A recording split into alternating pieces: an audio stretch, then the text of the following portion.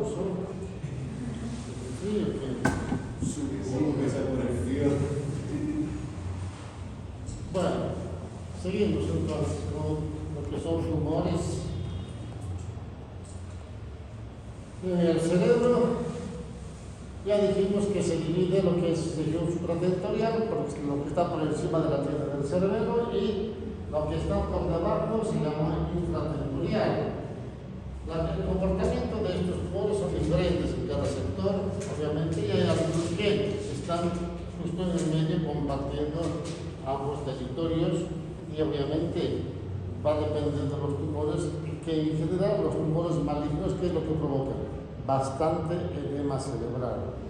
Los meningiomas, que es un tumor benigno, o más bien, para que entiendan, la gran mayoría de los tumores benignos son de crecimiento lento, entonces la estructura, el cerebro, el cerebelo, ¿no es cierto?, se va adaptando y no hace edema.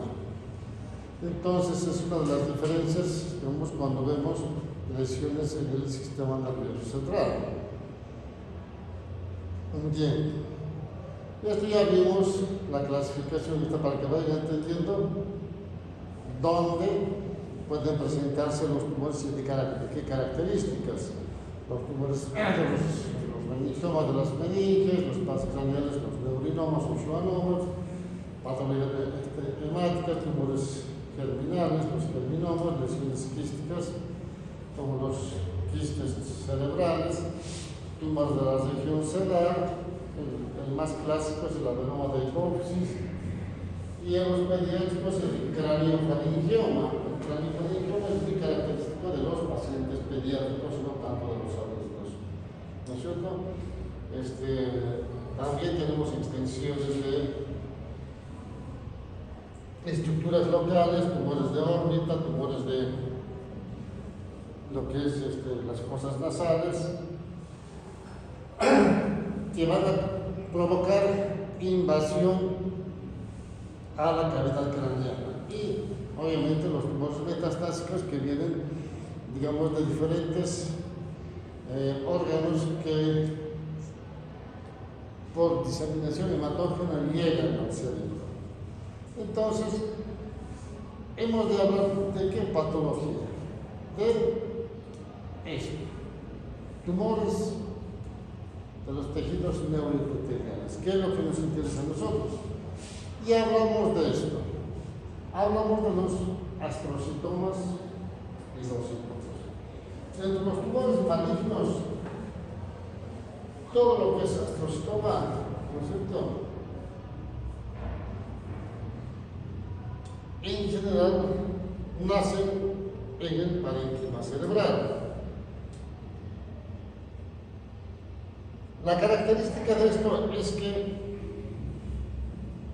se presentan en la edad pediátrica y la localización, el mayor porcentaje es el cerebelo, la fosa posterior. Y dentro de otras características importantes es esto: un nódulo mural con un quiste, o si quieren, un quiste con su nódulo mural. Es una de las características de estos astrocitomas llamados pilocíticos. Se dice que el pronóstico es bastante auspicioso, ¿no es cierto?, con relación a los otros astrocitomas. ¿Por qué es auspicioso? En general, ¿no es cierto?, estos son de crecimiento lento, ¿no es cierto?, y por eso que los pacientes tienen clínica de manifestación neurológica a los 10, 12 años, más o menos ese promedio. Y obviamente existen, digamos, dos tipos de estos: aquellos que son los astrocitos compactos con textura laxa y con fibras de central o cuerpos de granulosos eosinófilos. ¿Dónde se ubica esto? A veces vemos a nivel del nervio óptico, como los gliomas ópticos. A veces en la zona del quiasma, como los gliomas hipotalámicos. También en los hemisferios cerebrales, alguna vez se vio, ¿no es cierto? A veces en el tronco cerebral. como los gliomas del tronco, pero su característica más importante de representación es el cerebelo. ¿Puede haber una medio espinal? Sí, pero lo que más le caracteriza a este tumor es la ubicación a nivel del cerebelo. Y obviamente, dentro de los astrostomas existe una clasificación de grado 1, 2, 3 y 4. El grado 1 está representado por el astrostoma pilocístico. Entonces, su característica de esto es que, fíjense ustedes, se presenta la clínica entre los 10 hasta los 20 años. Antes no. Seguramente antes ya lo tenía el tumor. Como es de crecimiento lento, no hace tanta clínica o la clínica es bastante solapada que el familiar no se da cuenta, el médico no se da cuenta y el paciente a veces no lo manifiesta. Entonces tenemos, ¿no es cierto?, la manifestación ya por hidrocefalia, por crecimiento bastante, compresión de fosa posterior, etcétera, etcétera. Entonces, en esa edad. Y constituye el 27%, entre el 25 y el 40% de todos los tumores pediátricos. ¿Y cómo se manifiesta? Por signos de hipertensión intracraneana. ¿Cuáles son esos? Cefalea, náuseas y vómitos. ¿Esto por qué? Porque hay una compresión de alteración de la hidrodinámica del líquido cefalorraquídeo, entonces ¿qué va a provocar? Una hidrocefalia. Y a veces los pacientitos van a ver, ¿no es cierto?, que las mamás lo llevan al pediatra para preguntar, está caminando como borrachito, ese es el lenguaje, ¿no es cierto? Y caminan un poco desequilibrados y aumentando la base de la sustentación. ¿Para qué? Para mantener el equilibrio. O cuando caminan y se van para un costado, ¿no es cierto? Alteración o disfunción cerebelosa. Entonces, esto, ¿no es cierto?, nos hace pensar que el paciente tiene algo, por algo tiene clínica, ¿no es cierto?, en esa edad. Y siempre tenemos que sospechar de esto, astrocitoma pilocíclico. Entonces, cuando vemos esto, ¿no es cierto?, mejor equivocarnos y que el paciente no tenga nada a no pensar que sí tiene algo. A veces no es solamente esto, a veces en fosa posterior están los perineoblastomas, ¿no es cierto?, que también afectan la circulación del líquido cefalorraquídeo. Los ependimomas también en fosa posterior, pero en esta edad yo tengo que pensar en astrocitoma pilocíclico. La clasificación histológica de estos tipo A, microquistes con depósitos leptobenignos en los higos de Rosenthal, ¿no es cierto? Y el tipo B tiene pseudo-rosetas perivasculares. Entonces, esas son las características de este tumor. Ahora, ¿cuál es el tratamiento? El tratamiento en general es quirúrgico, de elección, no hay otra, tenemos que operar, sacar, ¿no es cierto?, y sacar el nódulo mural, porque el quiste se vacía fácilmente. Entonces, cuando sacamos el nódulo mural, prácticamente el paciente, entre comillas, está curado. Si por alguna casualidad no sacamos todo y vemos con el tiempo que vuelve a crecer, hay que volver a operar. Fíjense ustedes la sobrevivencia de este de 5 a 20 años. Es bastante, ¿no es cierto?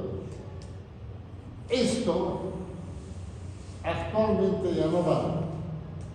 No aplicar radioterapia. En general,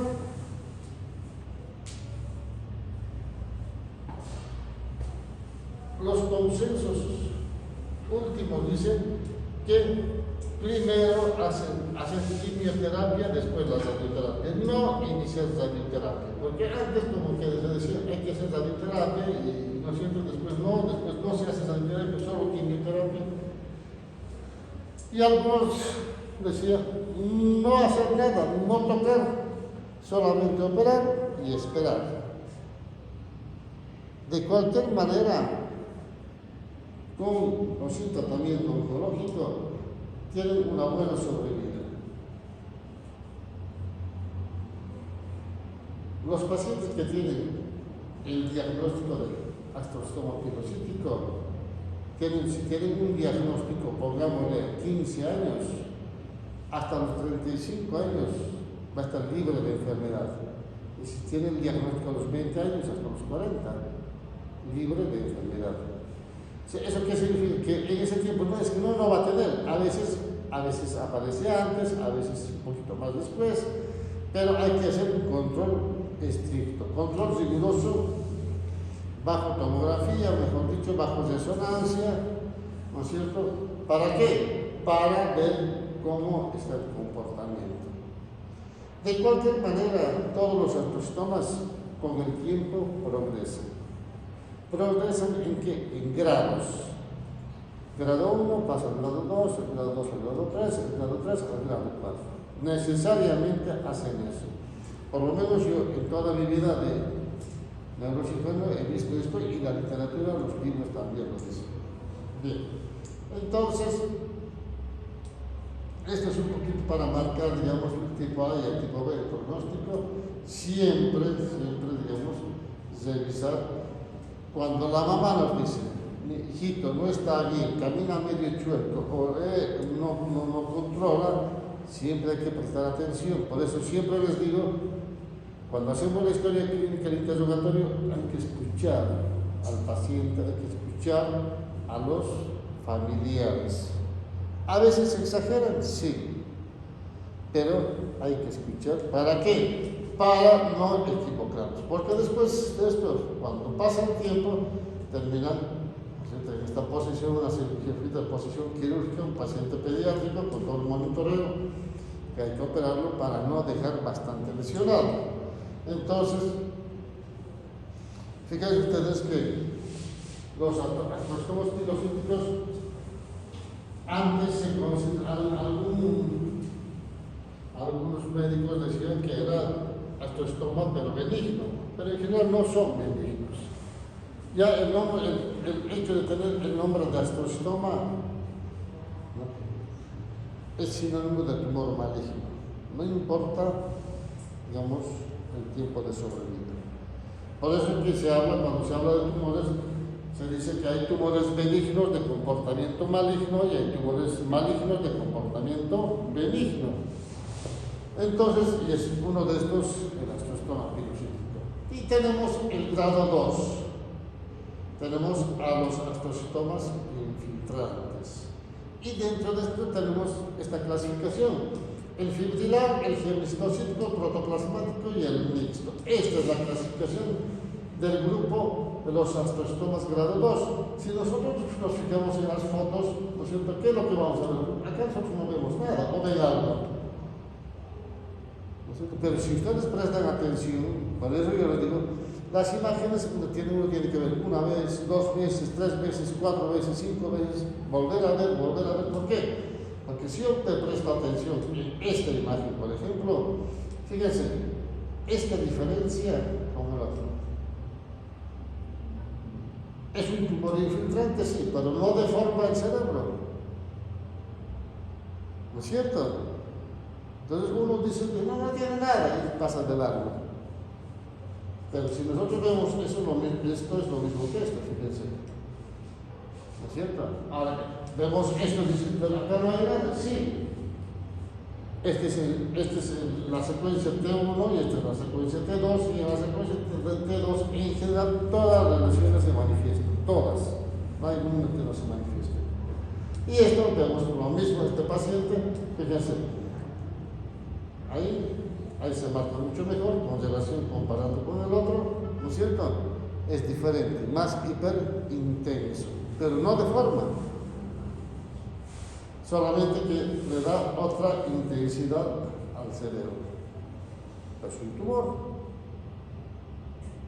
Entonces, y esto es un paciente de Cochabamba, ¿no es cierto? Tenemos a este otro, el grado 3, este ya es más infiltrante, se llama, ¿no es cierto?, astrostoma No, la plaza. ¿Por qué? Porque infiltra, ¿no es cierto? Es bastante infiltrante con relación al grado 2. Y tenemos al grado 3, al grado 4, llamado el glioblastoma multiforme. Este es el peor de los astrostomas.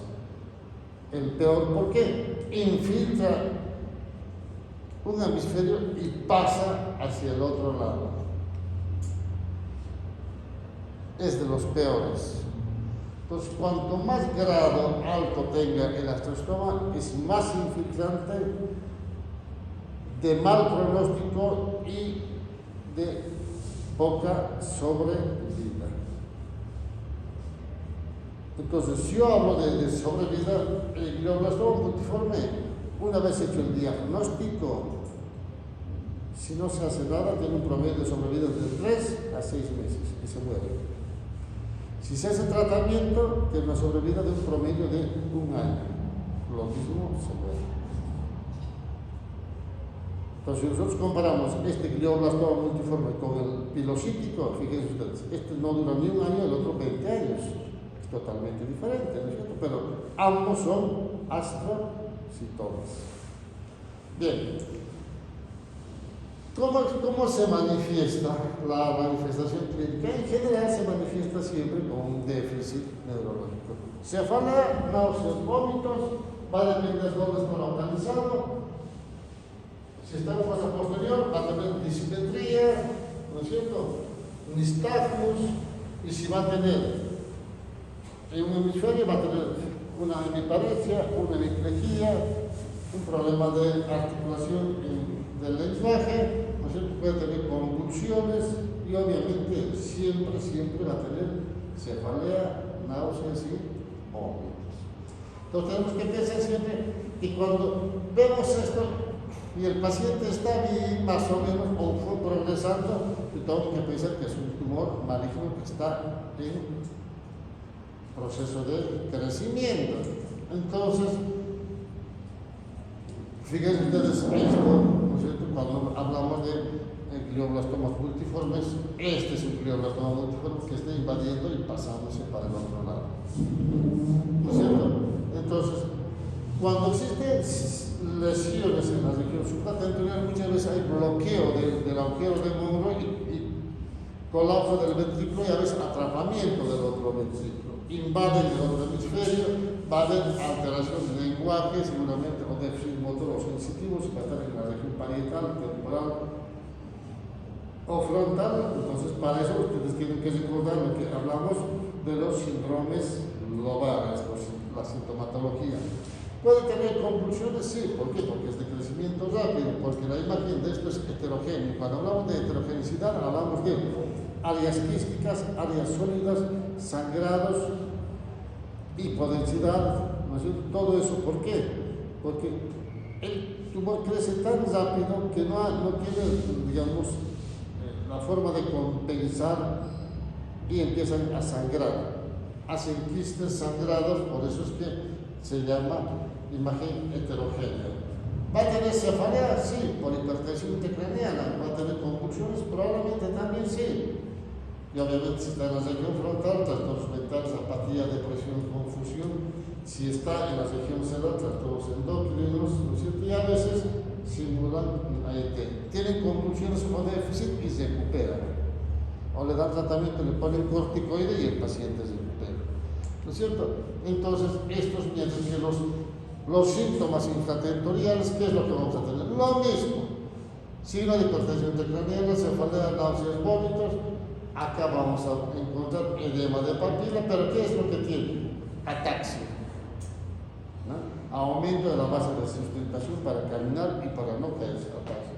Vértigo, siempre manifiestan esto, y cuando hay compresión de lo que es el mesencéfalo protuberancia, ¿qué vamos a tener? Diplopía. ¿Por qué diplopía? Porque en ese sector están el origen real de qué pasa craneales, el tercero, el cuarto y el sexto. ¿No es cierto? Entonces, fíjense, uno siempre tiene que pensar así, por eso ya se nos dijo. Todo lo que hablamos es sumatoria. va sumando para el próximo tema y vayamos pensando de esta manera. Entonces, los tumores infratentoriales, ¿no es cierto?, tienen su característica. Cuando toca o lesiona el hemisferio cerebeloso, ¿qué es lo que vamos a tener? Ataxia en las extremidades, dismetría, es lo que hacemos la pruebita, ¿no es cierto?, ¿verdad? Bueno. Y temblor intencional. Muchas veces el paciente dice, mi mano me tiembla a cada momento, dice, y de pronto está ahí y otra vez y se pone nervioso y otra vez. Y cuando hay en el vermis es totalmente diferente. Fíjense ustedes, la marcha con aumento de sustentación para no caerse ni adelante ni atrás, ataxia de tronco y titubeo. ¿Por qué? No pueden, como que les cuesta empezar a caminar. Y cuando hay tronco cerebral, en general, estos sí van a tener sintomatología de qué? De pares bajos, vías largas y nistagmos. Cuando hablamos de pares bajos, nos estamos refiriendo a qué? Octavo, noveno, décimo, par radial. ¿Y esos dónde nacen? En la protuberancia. ¿No es cierto? Entonces, fíjense ustedes que todo esto tenemos que tomar en cuenta y tener en mente cuando examinamos al paciente. Dice, pares bajos. Entonces, cuando hablamos de pares bajos, ¿qué? Va a tener una disfonía. ¿Qué otra cosa? Desviación de la lengua, puede ser. Después, asimetría del velo del paladar, ausencia del reflejo nauseoso. Todas esas cosas tenemos que revisar. Por eso hacemos el examen neurológico. ¿Para qué? Justamente para sospechar de esto. No lo hacemos porque lo hacemos, ¿no? Algunos de ustedes hacen práctica, yo les doy a propósito el examen para ver qué van a hacer. Yo reviso el examen. Para esa cosa en particularidad, le ponen, van marcando, porque es fácil marcar, ¿eh? Poner una marquita, una rayita. Y les pregunto, ¿hicieron? No sé. Pero, como digo, vayan y examinen, porque es la práctica. Tienen que aprender, ¿no es cierto? Porque si no practican, ¿no es cierto? Por lo menos yo siempre digo, tienen suerte de estar frente a un paciente y poder hacer eso. Porque la mayoría de sus compañeros van, ¿dónde van? Al consultorio del colega. Y el colega muchas veces no va a estar sentaditos ustedes ahí esperando 2 horas. ¿Aprendieron algo? Nada. Pero los que van al hospital tienen la oportunidad de tener un paciente y hacerlo, pero no lo hacen. Entonces, fíjense ustedes que todo esto es práctica. Ya es fosa posterior, posición quirúrgica, hemisferio cerebeloso, otro hemisferio cerebeloso, vermis, las amígdalas cerebelosas, el tumor. Entonces, fíjense ustedes que siempre tenemos que pensar, ¿no es cierto?, y tener en mente la anatomía para poder abordar. Y tenemos la clasificación según su tipo de los astrocytomas. Hablamos de los astrocytomas comunes, que son los infiltrantes, grado 2. Tenemos el fibrilar, el histocítico, protoplasmático y hablamos del mixto, ¿no es cierto? Pero en general son estos los que mandan, ¿no es cierto? Y dentro de los astrocytomas especiales tenemos al pilocítico. ¿Por qué especial?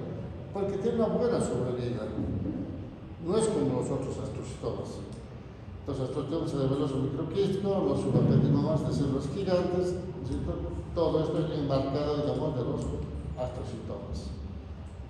Cuando hablamos de astrocytomas de bajo grado, en general, siempre recuerden esto. ¿Aparecen en qué? En los pacientes pediátricos, ¿no es cierto?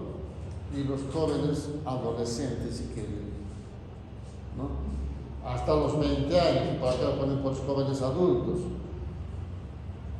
Su manifestación en general por convulsiones.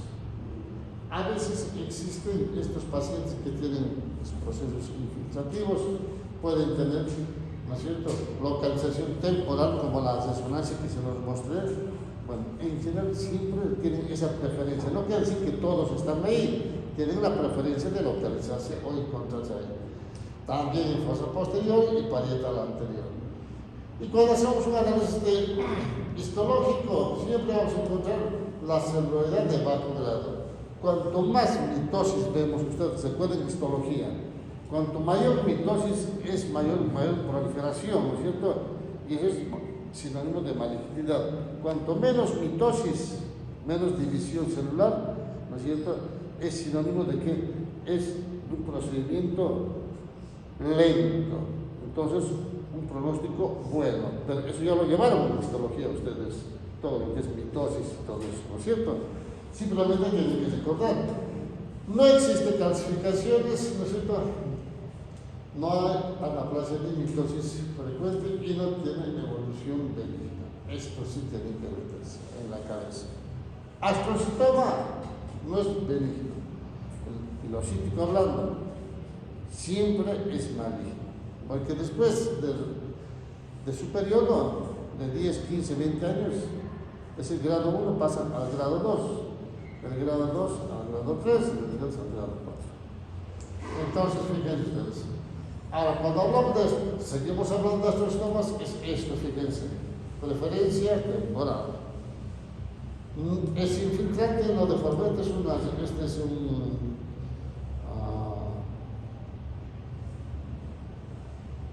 ahí no sé el nombre.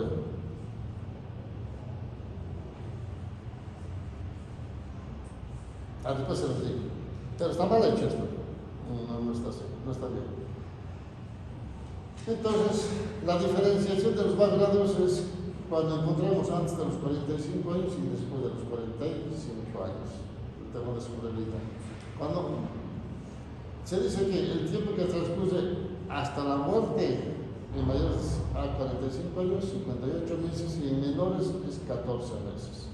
¿Eso qué significa? Que no siempre que cuanto más precoz encontremos, digamos, la evolución es mucho más rápida y rápida y el pronóstico es mucho más, digamos, maligno. Cuando hablamos de astrostomas anaplásicos, vamos a ver este tipo de imágenes. Áreas heterogéneas con bastante edema. Fíjense, acá no vemos edema, pero acá sí. Este es secuencia T1 y esta secuencia T2. Entonces ahí vemos un tumor heterogéneo con su edema. Pero fíjense ustedes el astrostoma grado 4. Tumor que va a invadir al otro lado. Esa es la característica. En los libros antiguos se decía que cuando veían esto, los autores comparaban y ponían el signo de alas de mariposa, porque estaban en ambos lados. Porque obviamente cuando veían eso es porque ya acá vemos una parte, pero cuando seguramente los autores describían o veían este mismo tumor en la misma proporción, por eso que se decía como astrostomas o el signo de alas de mariposa, que actualmente ya muy poco se ven porque los métodos de diagnóstico son precoces, ya no lo vemos tanto, ¿no es cierto? Pero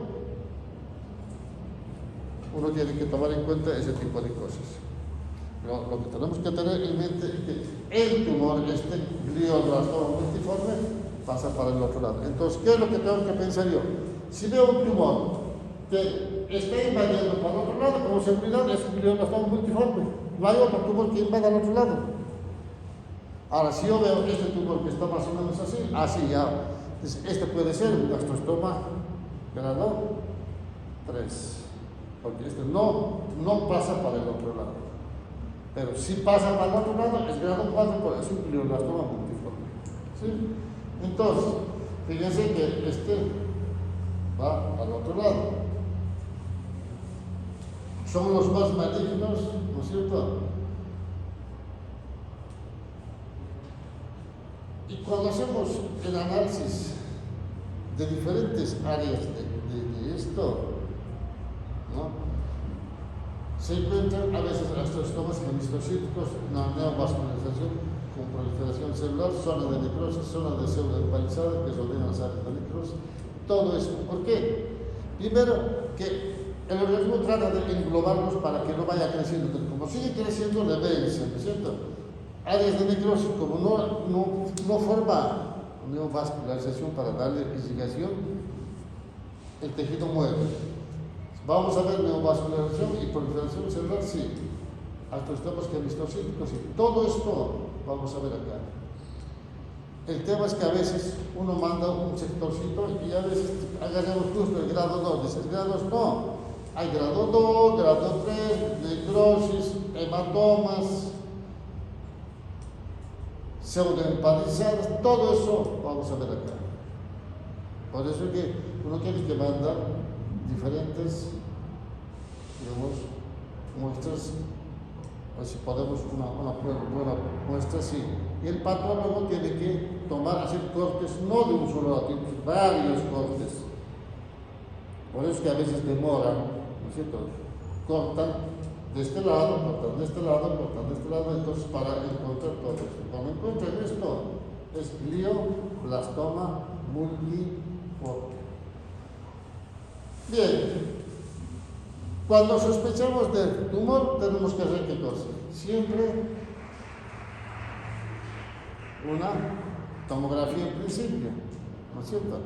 Si encontramos después de eso la sospecha de un tumor, el otro paso, para aclarar mejor, hacemos una resonancia de cerebro con y sin contraste. Entonces, cuando hablamos de astrostoma grado 1 epilocítico, en general hay una imagen hipodensidad, hipodensa, como su nódulo mural. En la fosa posterior, en la línea de esto, ¿no es cierto? Es un astrocitoma pilocítico. Entonces, cuando nosotros vemos esto con seguridad, tenemos que sospechar que casi confirmar que es un astrocitoma pilocítico. ¿Por qué? Porque tenemos este quiste con su nódulo mural. Y si hacemos un contraste, entre uno vamos a ver hipodensidad y entre dos hiperdensidad. Fíjense ustedes, ambos sin efecto de masa y sin refuerzo de contraste. ¿Eso qué significa? Que es de crecimiento lento y se fue adaptando el tejido, por eso que no hacen edema. Cuando hay edema es sinónimo de evolutividad rápida. Entonces estos pacientes tienen esa característica, fíjense, no tienen edema, pero tienen el quiste con su nódulo mural. El grado 2 es el infiltrante. Se ve ligeramente hiperdenso, dice uno mira la foto y acá lo vemos, parecería que no tiene nada, pero esto ya vimos acá, con esto, ¿no es cierto? Y si nosotros vemos esto, fíjense, comparamos el T1 con este lado, parece igual, pero yo tengo que sospechar algo acá, y cuando lo hago el T2, tengo esto. Entonces, este es un grado 2, por eso se dice, en tomografía es ligeramente hiperdenso, es medio como que es sí y es no. En la resonancia sí ya vamos a ver lesiones anómalas, ¿no es cierto?, que no son, digamos, bien claras, ¿no es cierto? En algunos casos dice, puede haber efecto de masa, pero no se refuerza con contraste, eso es real, no toma contraste. Pero yo nunca vi que un astrostoma grado 2 que tenga efecto de masa, pero está descrito en la literatura. Yo por lo menos de los casos que yo vi, están localizados en el tumor, no hay defecto de masa, solamente se infiltra, ¿no es cierto? Y cambia de intensidad. El grado 3, eso ya lo vimos, en T1 vemos así, pero no vemos el edema, pero en el T2 vamos a ver el edema. Siempre localizado en un hemisferio, generalmente frontal y parietal.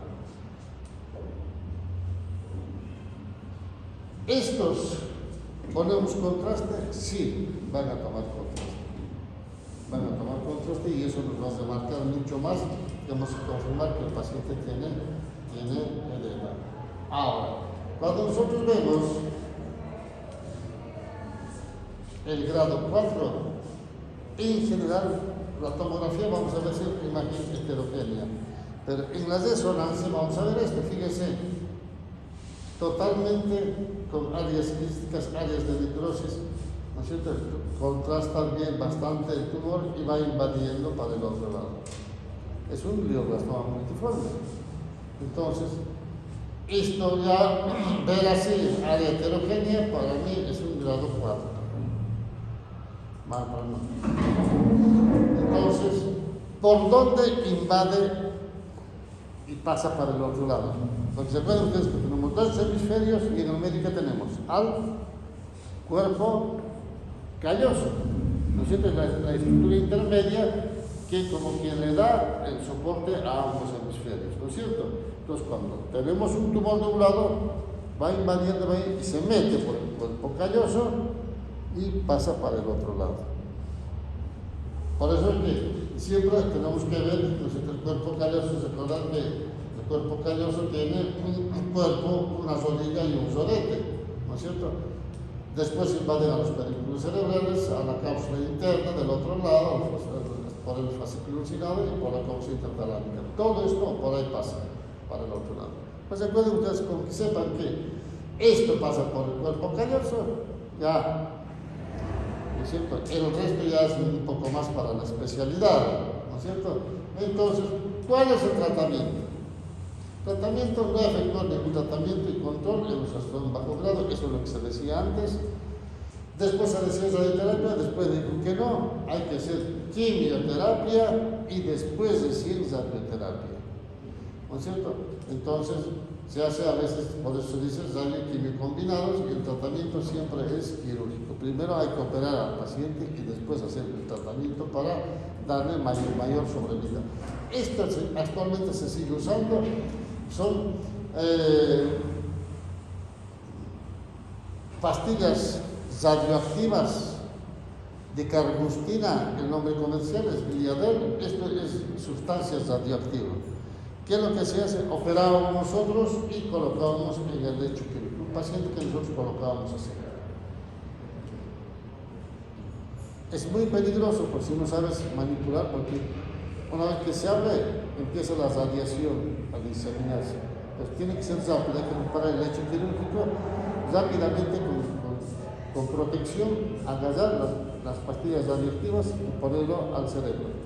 Y rápidamente cesar. Pero es un buen recurso porque no deja proliferar al tumor, le da un chance de mejor sobrevida. ¿No es cierto? Entonces, ¿cuál es el objetivo, digamos, de esto? Es generalmente la cirugía para bajar el alto grado de tumor, de volumen, ¿no es cierto? Bajar la carga tumoral, si quieren, ¿no es cierto? Entonces, pacientes cuanto más jóvenes, es un poco más alentador en sobrevida, ¿no es cierto? Y, ¿no es cierto? Obviamente, después de recibir estas pastillas quimioterápicas, igual tienen que hacer radioterapia. Lo mismo tienen que hacer, ¿no es cierto?